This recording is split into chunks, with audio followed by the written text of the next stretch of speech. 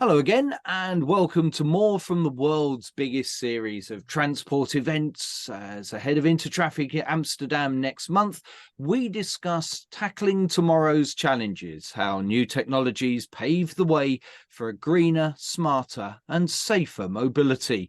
Now, we all know that Intertraffic is the world's leading platform for mobility solutions and knowledge sharing, helping deliver smart, safe, and sustainable mobility for all.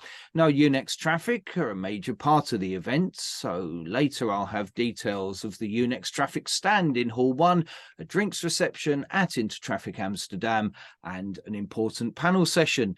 That's to come. But first, let's meet our guests today. We have three from Yunex Traffic, a major participant, as I say, at this year's and every year's Intertraffic. They are Nico Steeldorf, who's head of sales and projects for Urban, the chief strategy and sustainability officer, Diana Willert, and Philip Hahn, Chief Technology Officer at Yunex Traffic. And we're also joined by the CEO of Aimson, Dr. Alex Torde, who is an expert on digital twins. Now, before we get into our discussion about how new technologies pave the way for a greener, smarter, and safer mobility of the future, let's just watch this quick video to highlight our mindset shift, where we hear from commuters on and their views about the imperatives of traffic management. And we chatted to these people in Amsterdam.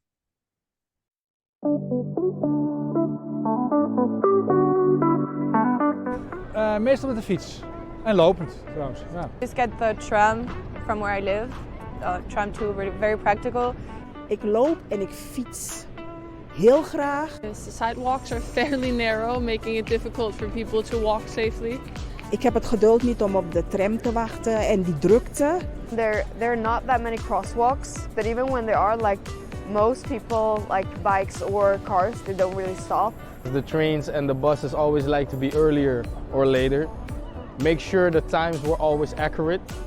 Nog een paar extra metrolijnen erbij zou nog wel denk ik goed zijn. Vooral om ook naar de buitenstad een beetje wat meer oplossing te bieden. Ja. Both the metro and the trams to maybe make it more accessible for people like in wheelchairs. I do care about that, but seeing that I'm already riding a bicycle, it isn't something I think about too much in my daily life. I feel like it's very important, like especially during the climate crisis that we're in. I think it's very important. Of course, people nowadays are more aware of what is green and what's not. Nou ja, ik denk autorijden duurder maken, op wat voor manier dan ook, is denk ik een hele goeie. Meer elektrisch en meer fietsen. En wandelen. It's easy to get to any point in the city. Especially getting to the center, there's always like metro lines or like tram lines. So yeah, I think it's good. I think it is. Like it is more like, it is accessible for everybody to use in some kind of way. So I think it is actually. The transportation is quite like satisfying. Yeah. Accessibility is a huge aspect of it. If it's easy to get the information on where your tram goes to, where it stops, if it's on time. Dat toeristen ook hun auto buiten de stad laten staan. Maybe in future, like Toyota is making hydrogen power or electricity or solar energy. I mean, I hope that they can come up with more efficient ways to make it safer. I think it is already there in some kind of way. Like there are a lot of apps where you can find all the information with transportation, where you can buy your tickets and everything. I get to know a lot of people on the trains. I have a lot of good conversation with people sometimes. Ja, af en toe ontmoet je nog wel eens mensen in het openbaar vervoer, als niet iedereen op zijn telefoon zit te kijken en af en toe ook nog eens een keertje met elkaar praat. Right, so I just wrote down a few of the notes from there. One of the most difficult ones, and we're going to talk about how we can circumvent that, is a few more metro lines would be nice, was one of the reactions. But other things that possibly technology can help with a little bit more. Timeliness came up, sustainability, and getting people out of their cars by providing a better, more seamless public transport or active travel alternatives. So those were the thoughts of some of the commuters that we spoke to in Amsterdam, of course, where we're going to be in April for Intertraffic Amsterdam 2024. Let's start with Nico. Nico, what's your reaction to what you saw from the commuters speaking to us there? Thanks for asking, Paul, and thank you for the invitation. You actually said a little bit on the silver plate right here to answer that question. But if we take a level further up here, I think what became quite clear across all the interviewees is we didn't hear from a single person that we need more parking spaces in the city. We didn't hear from a single person, I want my car to go faster from A to C. I think that was where our industry was maybe even 10 years ago still, where the majority of people would have answered such questions. And now we really see firsthand and in a surprising speed a full-blown, I would call it 180-degree paradigm shift, where we're not anymore focusing on these topics, but actually the very, very opposite, where all the focus and all the requests for improvement are talking about alternative modes and not anymore the single occupancy vehicle. And I'm sure that those are going to be topics that today from multiple different angles we're going to discuss. But to me, that was kind of the overarching theme across all these individuals that you guys interviewed there. And Diana, from a sustainability point of view, what did you make of it? Yeah, so the feedback, I really very much like that video because this is what we hear from many typical European cities.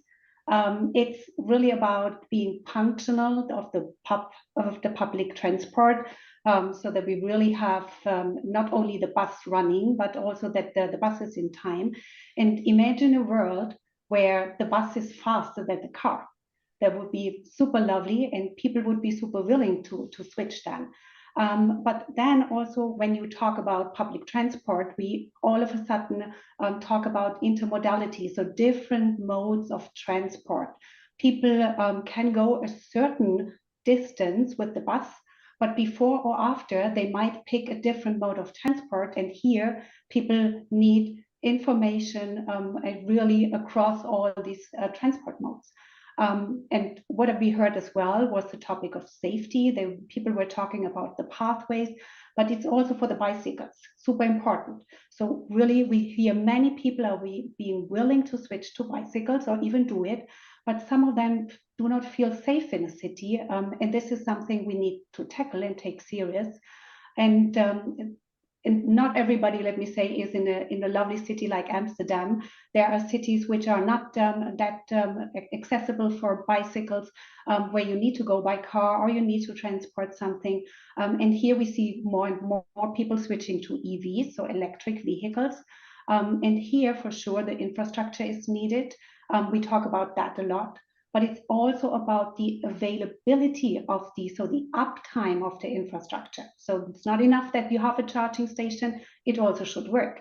And last but not least, it's important that we don't have congestion. So the traffic needs to flow. This is the most important thing.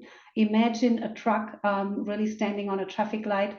The emissions are really huge, you cannot imagine. So because why is that all important, what I'm saying? We all want to live in nice cities, so make cities really livable, have no emissions there, have green zones, and also have a really good air quality. And of course, transport makes up anything from a fifth to a third of emissions.